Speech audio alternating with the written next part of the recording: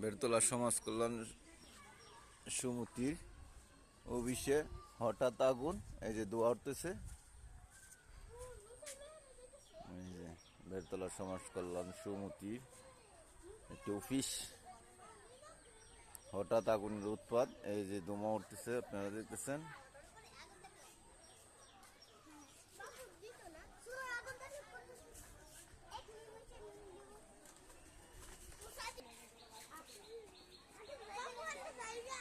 যাও যাও তোমরা, বাবা আইতেছি।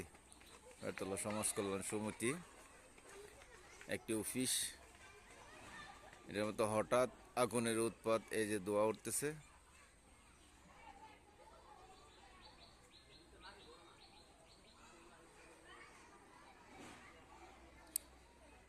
বেরতলা সমাজ কল্যাণ সমিতির একটি অফিস,